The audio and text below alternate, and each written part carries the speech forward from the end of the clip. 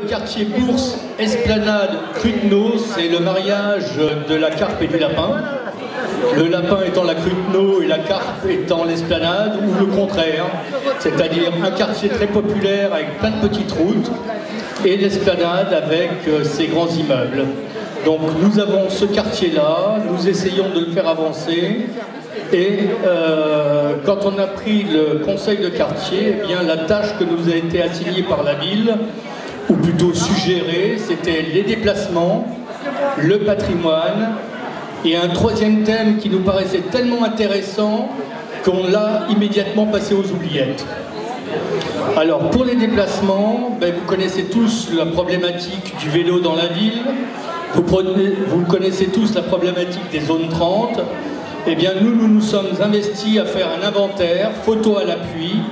Et quand je dis photo à l'appui, ça c'est quelque chose qui a été fait. Tu peux me passer le plan s'il te plaît? Alors vous avez contre le mur, là-bas au fond, le plan avec les points rouges et les points verts. Les points rouges, c'est ce qui n'a pas été fait ou pas encore bien fait. Et les points verts, ce qui a été réalisé. Alors il y a peut-être une photo, voilà. Alors la photo de la Cruteno, c'est tout ça. J'avais un pointeur qui fonctionnait. Si je le prends à l'endroit, c'est bon, voilà. La Cruteno, c'est cette ligne rouge. Vous voyez des points rouges et des points verts. C'est un très grand quartier. Il y a beaucoup de monde dedans. Et vous avez plein de problèmes. Vous avez des pistes cyclables qui s'arrêtent. Vous avez des pistes cyclables qui sont des boulevards urbains où on va tellement vite qu'on risque des accidents. Et donc nous avons essayé de faire cet inventaire.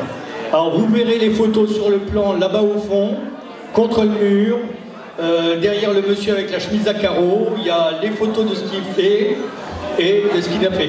Dans notre quartier, donc petite rue étroite, grands axes, et une grande chose, c'est le fait que nous soyons limités par une voie d'eau qui est l'île et le canal.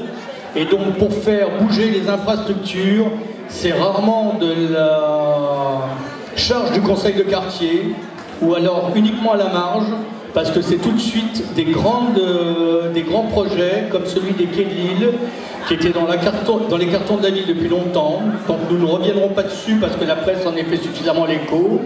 Le projet devrait être bouclé fin 2018. Nous espérons que cette opération sera menée au mieux des attentes des habitants. Nous restons très très vigilants. Je vais vous montrer juste quelques exemples en 4 diapos. Celles qui sont là en bas, vous retrouvez sur le panneau. C'est ce qui a visiblement été fait par les services de la ville, à savoir la place de la Bourse, si tu la trouves, voilà. Alors, place de la Bourse, on avait un problème de stationnement sauvage que la ville a résolu en faisant un trottoir, un bornage très très haut, ce qui empêche les gens de se garer. Alors de temps en temps, on en a ici sur la zone piétonne, mais l'espace vert est respecté, c'est plus un tas de boue, un champ de boue, et il n'y a plus de gens qui sont à cheval des deux côtés. La diapo suivante, s'il te plaît. Voilà, ça c'est place d'Austerlitz. On a fait mettre, ou les services municipaux ont mis ces nouveaux barrières à vélo. Ça évite aux vélos indisciplinés de couper cet endroit-là au grand dommage des piétons et des aveugles qui habitent notre quartier. Alors les vélos avaient l'habitude de couper ici. Maintenant, avec l'arrêt vélo ici, ça s'est un peu calmé. Suivant. L'autre place d'Austerlitz, la vue un peu plus large, la piste cyclable est là. Hein. Vas-y. Alors là, c'est mi-chemin entre l'Esplanade et la Cruteno.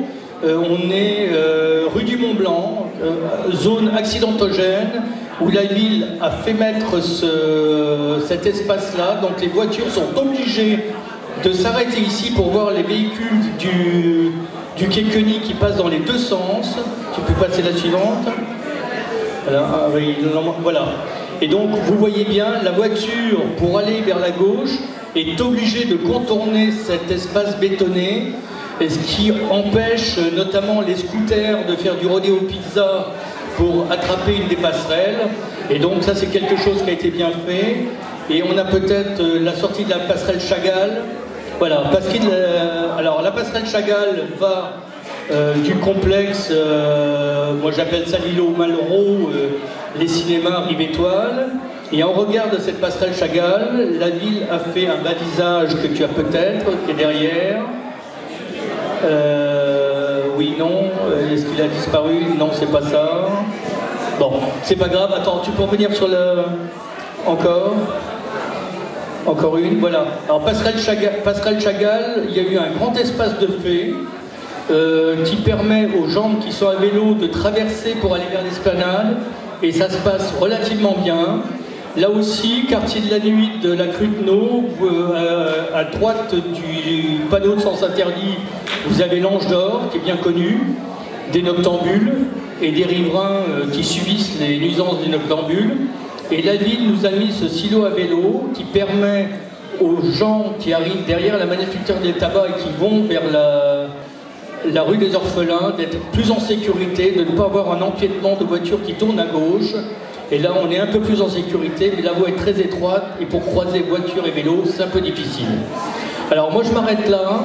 Je vous demande de regarder la carte qui est là-bas derrière le monsieur, là que je pointe. Et vous regarderez les points rouges qui restent encore à faire. Et je vais passer la... Oui, on va parler des quais, mais j'en ai parlé très très vite parce que c'est dans les clous, c'est plus de notre ressort.